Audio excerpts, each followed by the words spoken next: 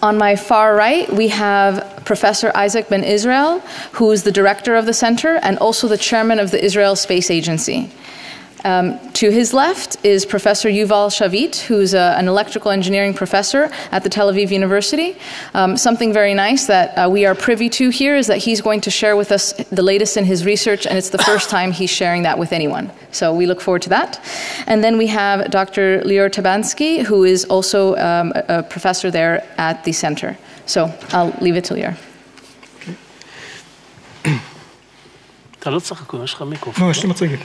Okay, thank you very much. Thank you for having us here. We are actually proud.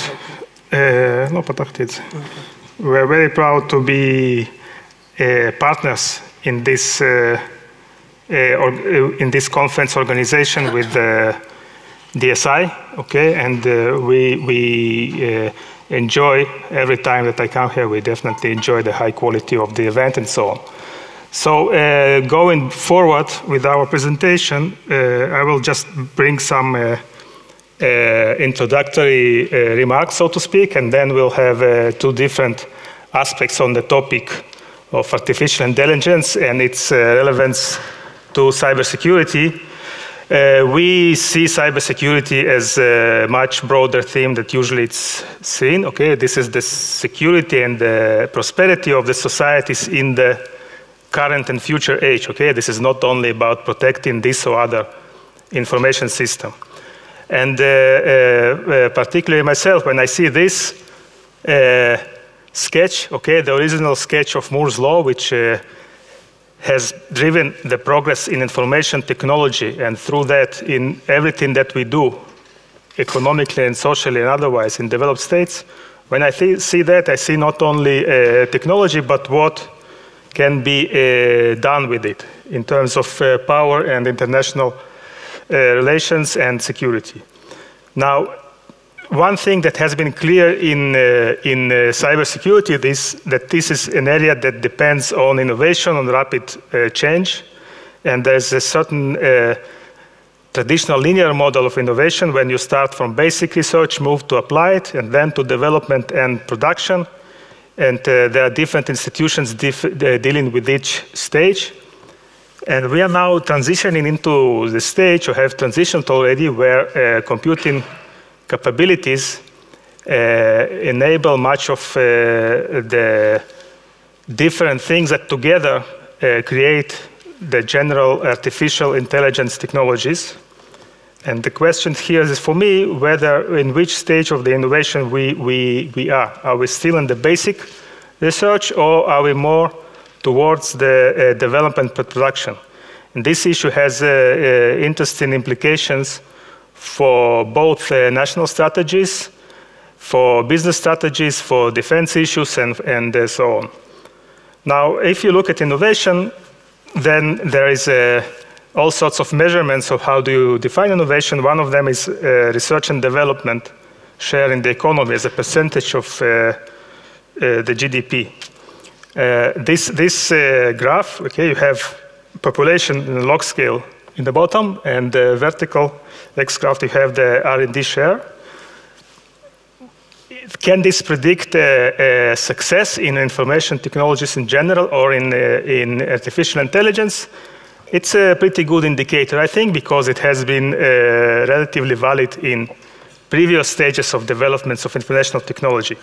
So this can give you a good starting point of who are the nations who are the more serious or more advanced players in this field.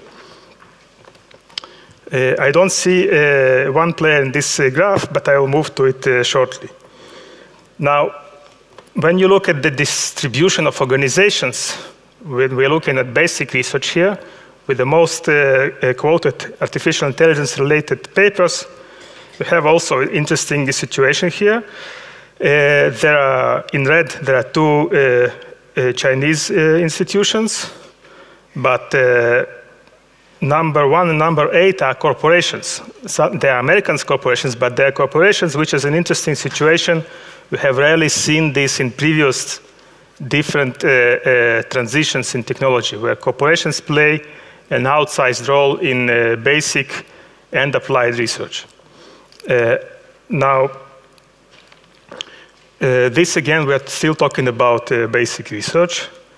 Israel has been doing a job preparing to this area, and we'll hear about it more later from Professor Ben Israel.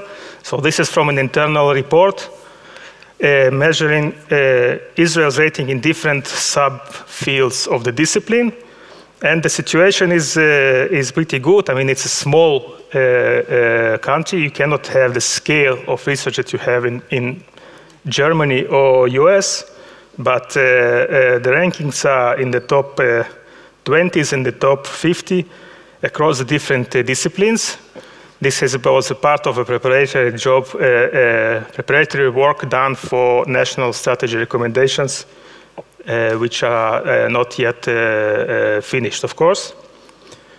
Now, moving forward, there's a lot of talk, especially in the United States, regarding Chinese rise in research and development in general, and artificial intelligence in particular. And there is an interesting claim that actually this field, unlike perhaps what we would like to see, that this would be a global enabler of progress, is actually a closed two-horse race with two major dominant players, perhaps even a zero-sum game. What one has, the second will not have, and so on. Definitely, there's no room for all the others, almost no room for all the others. When you see the scale of investments in R&D, both public sources and commercial, you see that China not only is catching up with the US, but the two of them make the majority of the effort. So this has to be important, because the general perception of technology is it is something neutral, global, available to all, like the internet, if you want the metaphor. It is not, okay? This is a lot about proprietary stuff, especially when you have governments involved. So we have to be very aware of that. You have, of course, documents. It's not the first time that China prepares some national plan. It doesn't mean that they will succeed, but it definitely shows that their intentions are there, and the investments, and so on. So it's interesting that the stated goal is to be the premier artificial intelligence innovation center by 2030, which is the China's perspective. And of course, they're not looking only on military or defense applications, but on general applications for different fields in our life. Now, fortunately, this is not only a two-horse game. Okay, this graph shows you nations that have already published some sort of national artificial intelligence strategies. And for me, again, coming back to the perspective of how can we use this set of general technologies for the purpose of each state, for the goals of promoting each society, the security, safety, and well-being of citizens, there is no doubt that we'll need some coordinative plan. You cannot just leave it for the market to do it by itself. Almost no innovation happened like this, not even applied innovations. You need some coordination. Now, with that, I hope that Israel will soon publish also an official artificial intelligence strategies. I will leave you, I think, with that. And another note, we have the Cyber Week in June, a set of our own conference in Tel Aviv. We will definitely discuss much more the issue of artificial intelligence this year, because it became really a prominent topic. And now I would like to, after these preparatory remarks, I would like to have turned to Professor Ben Israel. First of all, he would share, I believe, some insight regarding the role of artificial intelligence in cybersecurity policies on a national level. And second, about the work that is being done currently to prepare the ground for recommendations on what Israel should do and how we should see it as a national issue and how to move forward in this area. Thank you. Professor Ben Israel, please.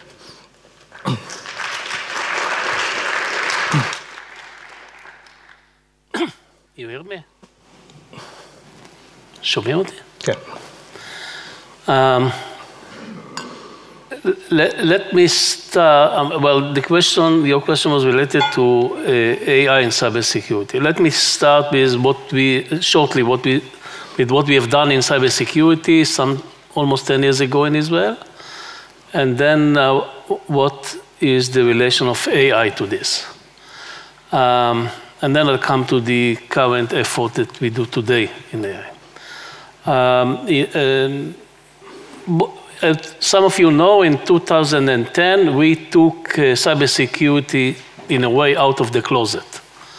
I mean, everyone was doing it for defense and intelligence since the beginning of the 80s. But outside the defense and intelligence, it was something that was known only to experts. It didn't play a real role in economy or industry or technology outside defense and intelligence. We changed it in 2010 after someone was attacking the Iranian enrichment facility in Natanz, the uranium enrichment facility, because this attracted the imagination of the whole world, and suddenly the whole world became aware of the potential of this technology. And I was called to the Prime Minister. He showed me a letter that I wrote to him, not to him, to another Prime Minister, but to a Prime Minister more than 10 years before that, telling him that one day the whole world will understand the potential of using cyber technology against almost anything, including critical infrastructure, power production, water supply, and things that were discussed here in the panel before. And when this will happen, Israel will find itself in a huge problem because we are the only country in the Middle East which is really almost everything in it is controlled by computers. You cannot use cyber weapon against a piece of desert or against any manual controlled systems. Only against those systems which are controlled by computers, and Israel is computerized very much, like modern countries in the Western world, like Germany, by the way. And therefore, one day we will have to think what we will find ourselves in a huge problem. We will have to think what to do. As a result of this letter, we already set up a government agency to protect critical infrastructure, civilian critical infrastructure, in 2002, as a result of the letters that I wrote then. 2002, this is 16 years ago. But then came 2010, and I was asked by the Prime Minister to do something. Please, I'll appoint you, he said, to lead a task force, and I expect you to begin with future threats, and then what are the possible measures that one can take against these threats, and then a 5-year plan, like any normal Prime Minister. Give us a 5-year plan, what should we do in the first year, in the last, second year, the 5th year. I told him on the spot that the rate of change, and it's good that Lior started with the Moore's law, the rate of change in cybersecurity, one generation is something between 1 to 2 years.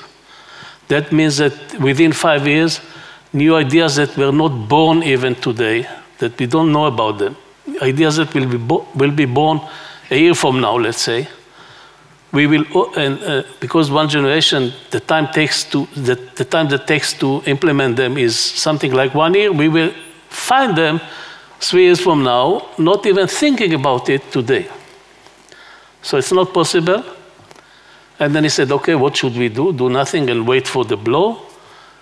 I said, no, what we can do, like we do in other things with such high rate of uncertainty, we can build the right ecosystem, but this time it's not behind the walls of secrecy of defense. The overall ecosystem, including education, academy, industry, economy, government, you name it. And if we will have the right people, then they will know what to do, let's say 3 years from now, for when some unexpected, unpredicted threat will emerge.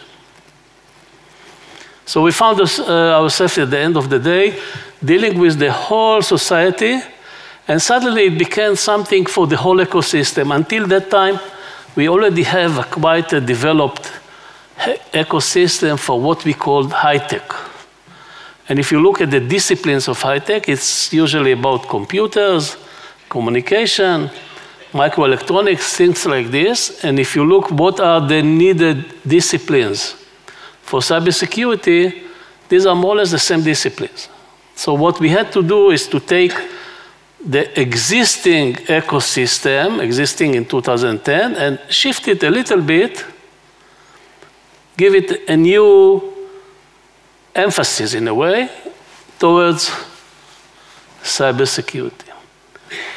Now looking today back, let's say the plan was started being implemented by 1st of January 12. And looking back now almost 7 years ago, 7 years back, we made a quite revolution in the high-tech ecosystem of Israel, especially in those two terms that we thought about. One is having the right people. This is about education, research, etc. And secondly, let's say they will detect a new threat that no one thought about 3 years from now.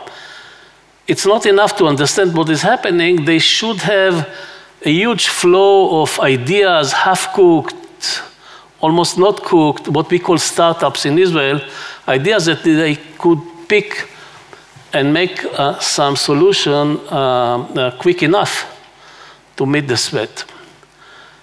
So we had to encourage the startup production.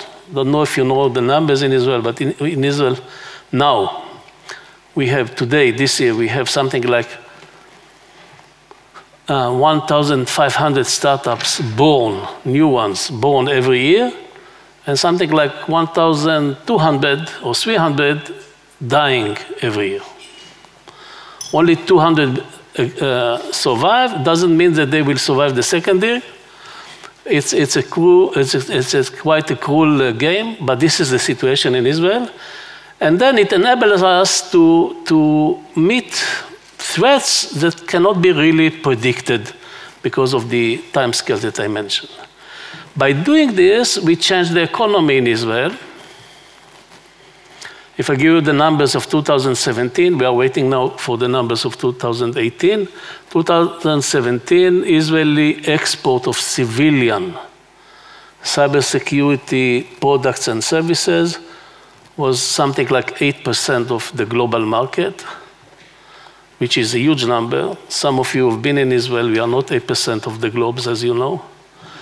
And what is more impressive, 18% of the overall investment, the global investment of the business sector. I'm not speaking about investments of governments, usually for defense or intelligence, but the business sector, if you take the overall investment in cybersecurity, 18% goes to Israel. Now, one of the problems that was very difficult to solve when we did this work was the tension between privacy and security. I'm speaking cyber-wise, okay? The more effective the security system is, the more risk there is for violation of privacy. And when I say privacy, I don't mean only privacy of individuals and things like this, but the whole modern economy is really based on IPs, and no one wants anyone to know what deals we do, and privacy in the larger sense. Without it, the economy will die. So we had to solve this problem, and we came with a plan based on some principles, on a certain organization, and on technology. I'll speak now only about the technology. We thought this was 6, 7 years ago. Now it sounds trivial, but this was 6, 7 years ago. we thought that if we could use machine learning for detecting malware on the network, not by the classic way of going down to the level of content, and then you take the bits, you decode it, and then you go and look for signatures of malware. This was the classic way. But if you do this, you hurt the privacy of people. If we could look on the traffic only of the bits, without going to this level of content, and determine that this group of bits is suspected to carry a malware without going to the level, without reading really what is it, then we can ease very much the privacy problem and find a new balance between privacy and security. And that's how we started taking AI as a serious part of, at that time it was of cybersecurity. Of course, AI is much larger than cybersecurity. AI can do, or can be applied almost in any field of our life, health, for example, and things like this. But we started with looking on AI from this point of view of cybersecurity, and when one of our recommendations, for example, was that in 2010, by the way, there was not even one university in the world in which you could go and earn a degree in cybersecurity. People usually went to study computer science or mathematics, or me, for myself, it was mathematics, but or engineering, but not cybersecurity. So we had to change this in Israel. We teach today cybersecurity, by the way, in high schools, not only at universities. There was only one research center, academic research center all over the world for cybersecurity at that time. Today, in Israel at least, every university has a cybersecurity center. And our cybersecurity center is a good example for it. And it is interdisciplinary in a very deep sense. I mean, if I can summarize my something like 30 years of involvement in cybersecurity, half of it with uniforms on that side of the wall and the other half as a university professor. If I would summarize it in one sentence, it will be this sentence, that although cybersecurity problems usually have technological solutions, the problems are never technological. And if you don't take into account psychology of individuals, social behavior, business considerations, legal problems, sometimes it depends on the context, political factors, you don't really understand the problem. And if you don't really understand the problem, you don't know what technology to pursue. And therefore, in the Tel Aviv Interdisciplinary Cyber Research Center, we have something like 250 researchers. Two-thirds of them, only two-thirds of them, come from the technological disciplines like mathematics, computer science, engineering, etc. And one-third come from a school of law, business management school, political science like Lior, etc. And we had to do a huge effort to attract certain disciplines to take a role in this game, because for university professor, you know, you have to publish papers, and you publish papers on whatever is interesting you. It's not because you have a national problem, now you start to publish paper trying to solve these problems. we, for example, we had to invest a lot in convincing the machine learning groups at the university to start investigating not problems related to vision, machine vision, and things like this, but to cybersecurity. Then we found that is a kind of dual weapon technology. One can use AI for increasing the security of our systems by detecting, for example, the example I gave you is detecting malware. Professor Shavitt will give you another example of using machine learning to enhance the cyber security of other things. But one can use it the other way around. One can use machine learning in order to find the weaknesses and to penetrate into cybersecurity. And the last word is even neither this nor that, is that now some of our investigators, some of our principal investigators, our professors, are working on AI versus AI. I mean, if you know that this computer is protected by some artificial intelligence machines, you can devise something that will defeat the algorithms that usually people use in machine learning, etc.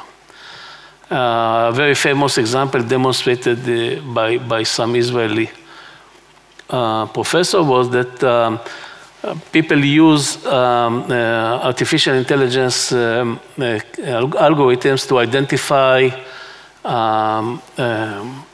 other people, suspected people, entering through a gate or some let's say airfield in which you can put a camera and there is a flow of people going, and then the camera detects much more efficiently than previous technologies the picture of a suspected person.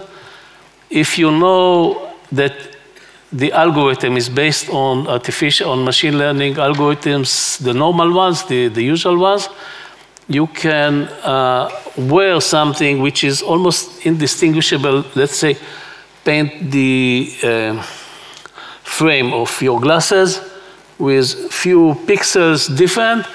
This will, if you designed it rightly, this will defeat the algorithm identifying you, and it was even demonstrated that you can choose whoever you want, and the machine will identify you as this target and not as yourself.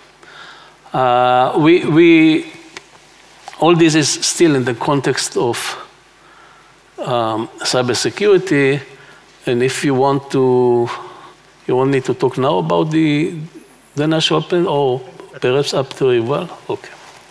Yeah, so I think we'll save some for later, maybe for questions, and now we will have Professor Shavitt to present one application of this fascinating general field of artificial intelligence to a very particular and interesting problem that he investigates. And as previously mentioned, this would be the first time that he shares this. Okay, so first of all, I'm an engineer. I like to look at problems. I spent most of my career looking at networks and at network security problems. And when AI became more and more in the news, people were talking about it, I was trying to figure out, can it do any good? And I was really suspicious because it seems to me that networks and network security problems are really, really hard. And I was actually amazed at the result I got. So this is, as Van said, is an introduction. It's a new research. Did it with my PhD student, Tal Shapira. And you have all my affiliation here. I'm from Tel Aviv. I have a startup called BG Protect, and I'm part of the ICRC. So the first problem we were looking at, I'll tell you a little bit about other problems later. The first problem we were looking for, it seemed like a very benign problem. We're talking about traffic classifications. So there's a big pipe with many, many applications, many, many streams of data going through. And I want to be able to identify which stream is doing what. In the past, people were using what we call port numbers, or when things are not encrypted, they could just look into the packets and see what's going on. But now almost everything is encrypted. Port numbers are not relevant anymore. So really, when you see this, it's only packets with data that you cannot read. So why is it important? Well, the engineer in me tells me, oh, you know, you can do lots of good stuff with this. For example, suppose you're an operator. You have two ways to route your packets, one which is slower than the other. You want to direct the packets that are more time sensitive to the fastest line, and the ones that are not that sensitive to the slower line. Well, it just makes sense. But of course, when you think about it, when you think about cybersecurity, there are more things you can do. Because either if you're an attacker, if you're doing a man-in-the-middle attack, or if you're a law enforcement force, and there's a stream of packets you're interested in, usually you're not interested in everything. Of course, everything is encrypted. You have to spend your effort in order to decrypt this. You want to spend it wisely. You want to be able to identify, suppose you want to listen to video chats or to video conferences. You want to identify what is the video conference in this file, because there are lots of flows there. So this is what traffic classification is all about. Just to give you an example from the last elections in Germany. So what you see here is the site of the SPD. They didn't do that well in the elections. And you can see traffic from the United Kingdom going to the SPD sites, taking a very suspicious detour through New York. And maybe it is an engineering mistake, but maybe somebody was doing it deliberately. And if somebody was doing it deliberately, he might only be interested in some portion of the traffic for decrypting it, because as I said, everything is encrypted. So our tool wants to help him or her identify what is it worth decrypting and what's not. So people that looked at this problem before were also thinking about machine learning and AI tools. And usually what they would do, they would look at the problem they want to solve, maybe the classification problem, maybe other problems, say, oh, what do we think is important about? What are the interesting features? And they would design a system that will take the important features. And when I say features, it's not 2 or 3. Usually it's going to be tens or even hundreds of features. So you feed it to some AI tool, and there are many AI tools, and hopefully they're going to solve the problem.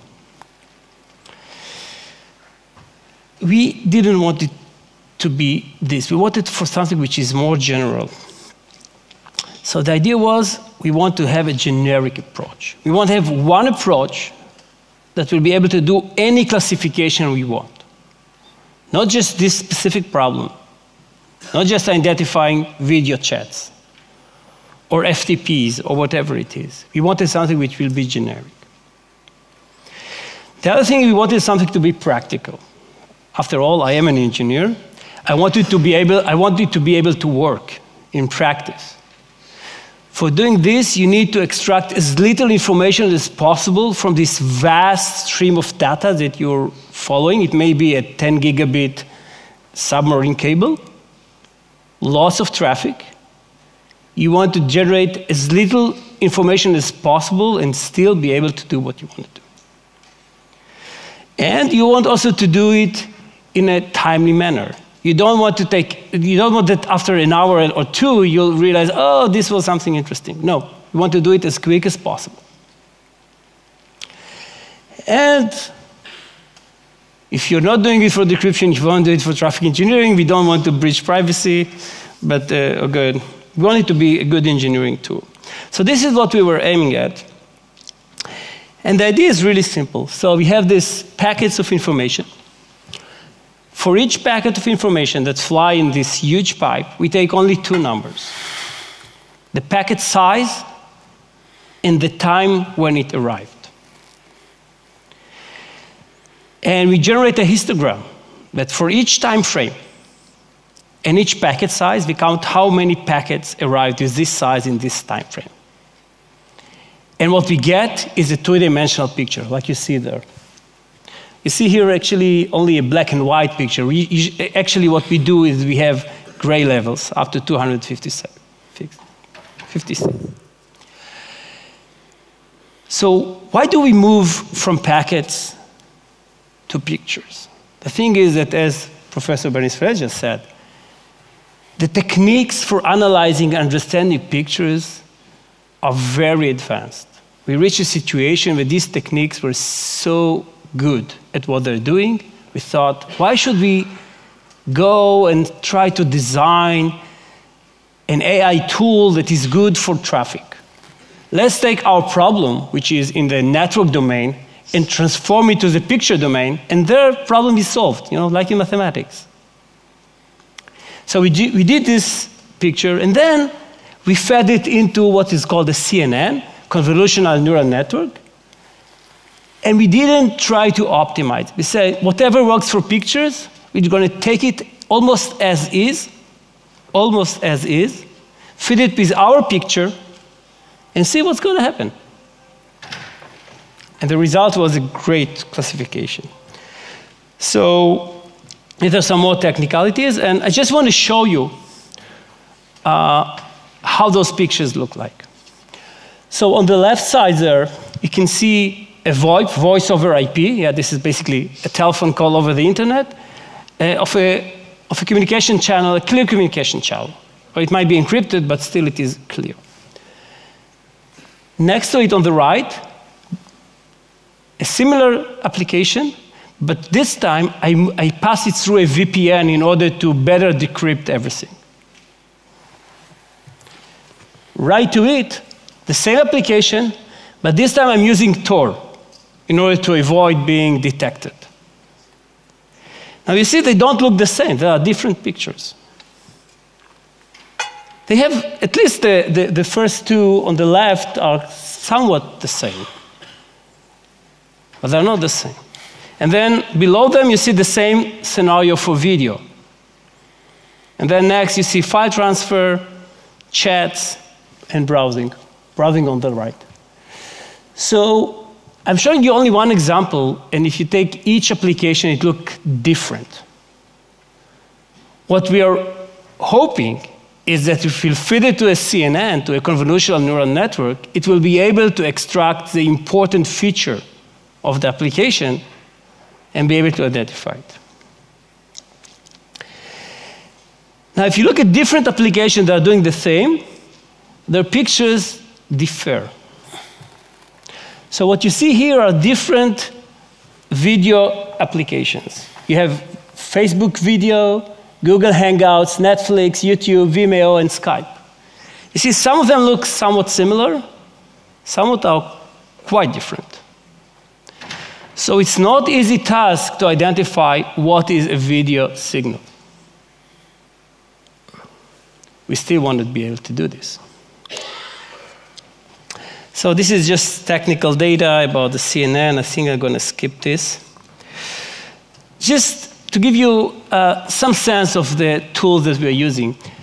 The problem with this CNN is that what you're doing here, there are multiple layers. Each one is doing something, for example, what is called the convolution layer is taking a big picture, multiply it with some seed, and then getting a smaller picture that somehow better represents the larger picture, but with less pixels, so less information. The other thing we can do is do what is called max polling. The idea here is that we look for the important signals, so we take 2 by 2 squares, and we take the maximum number we see in each square. We get 2 good results out of it. First of all, we eliminate noise or small signals. Only the strongest one stays. And we also make the problem smaller. At the end, we end up with a network that have over 300,000 variables that it needs to learn. And the way we teach it, what are all these variables, is by feeding it with data We know how to classify. So these are quite a few parameters. In my previous life, I worked on problems with millions of parameters, so it doesn't look that bad, which is good because it's more practical. But still, there are a lot of parameters to tune. And for this, you need quite a few examples. The other thing that we are doing is something called Dropout. If you're going to teach your network the exact examples that you give it, it will do what is called overfitting. It will learn exactly those examples. And if it reads something which is slightly different, it might not recognize it. So what we do is at every learning stage, we eliminate 50% of the data. So we don't let the system go into those cozy, nice places. It needs to learn really the thing that matters. This is an interesting technique. So we use data sets that was generated by University of New Brunswick from Canada. They were really doing lots of good job with generating lots of samples from various scenarios, and we are grateful for them. They really help the community doing some work. And these are the different applications. As you can see, the number of samples is not the same for all applications. The most of it is with VoIP and video, and we're going to concentrate on this later. So what did we do? One thing is to do multi-class classification. So we have this stream of data, many sessions going in it, and we want to be able to identify for each stream what category it is. And we have 5 categories: VoIP, video, chat, file transfer, and browsing. The other thing is that we're looking at 4 different scenarios. One when you only have regular traffic, one where we only have VPN traffic, one where we only have Tor traffic, and one where it is mixed. So we have all these 3 together. And the question is, what can we do in these scenarios? The other scenario, which is something practical, is when you want to identify only one class against all the rest. So I don't have much time, so let me jump into... Okay, so these are some of the results. What this table tells you, for example, is if I learn with non-VPN, with clear traffic, I can do identification with 99.6%. But what is interesting is that even if I learn only with non-VPN traffic, and I feed my machine with VPN, I still can identify VoIP with 99.4%. Although I didn't teach the machine what VPN looked like. These are amazing results. And even with Tor, we can get 50% accuracy, which is not that bad. And with some other applications, we get better, higher ones. I want to show you this slide, which is probably the most interesting one. So what we did here is we took 10 applications, VoIP and video, and we were trying to see if we can distinguish them against each other. And we can see that for 8 of them, we got almost 100% accuracy, or sometimes even 100%. One is at 97%, and one is at 89%. These are unbelievable results. So I came to this field skeptic, and the results were just overwhelming. What else can we do? Of course, we can make it better from the engineering point of view, but this is not the thing. What I can tell you that we have very promising results on other examples. For example, on other problems, one of them is analysis of routes. Most of my academic life now, I'm trying to identify IP hijack attacks.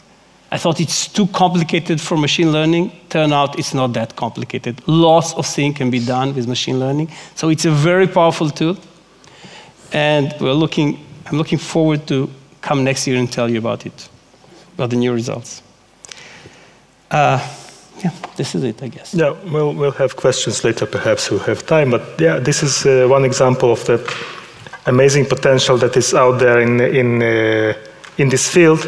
The point is, A, it's not going to happen by itself. Someone will have to do an experiment and invest in it. And B, it's not going to be openly available to everyone once someone succeeds. So there's a lot of competition and so on for this area. Now let's get back. We have okay, so we have like a couple of minutes to say what is currently doing, to continue with what Professor Ben Israel started, and then perhaps a couple of questions. Or no questions, okay. Okay, so 2 sentences. I've told you about what we did 2000 in cybersecurity for Israel. We are trying to do now the same for artificial intelligence. This is much more not related at all to cybersecurity. I'm speaking about applying artificial intelligence to almost everything we do in Israel. We have a group of 250 people working on it, experts from the academy, government, industry, etc., utilizing the only advantage that we have in Israel. I mean, everything you mentioned, which is essential to AI, you may have better capabilities outside of Israel. We don't have the same money as Europe or China or the US can invest in it. We don't have the same number of people. Everything, but we see ourselves as a kind of ideal position in the sense that we are small enough and still have the basic knowledge of all these areas needed. Because let's say even the example I gave you before about teaching cybersecurity in high school. Okay, let's say we would like to teach, and it seems that we would like to teach AI in high schools. You take a country like the US, if the American president will decide, I'm not speaking about the current one, but generally, will decide on teaching AI in schools, it will take him all his term to talk with 50 other governors and local senates and sometimes cities, etc., all his life to convince everyone who is involved in teaching in schools. On the other side of the globe, if it's China, they can do it in one day. The president will issue an order and everyone will teach, but they don't have, on the other side of the equation, they don't have enough startups and enough new ideas emerging because this is the bad aspect of their system of governance. So Israel is in a position in which we are small enough, we can talk very quickly with each other. It doesn't matter if you come from the military, if you are university professor, or if you are industry, we all know each other, and we still have all the necessary capabilities. Therefore, we can be quicker, not wiser, but quicker in building a coherent ecosystem. This is what we really did in cyber. I mean, what we build is not a capability that cannot be built anywhere else.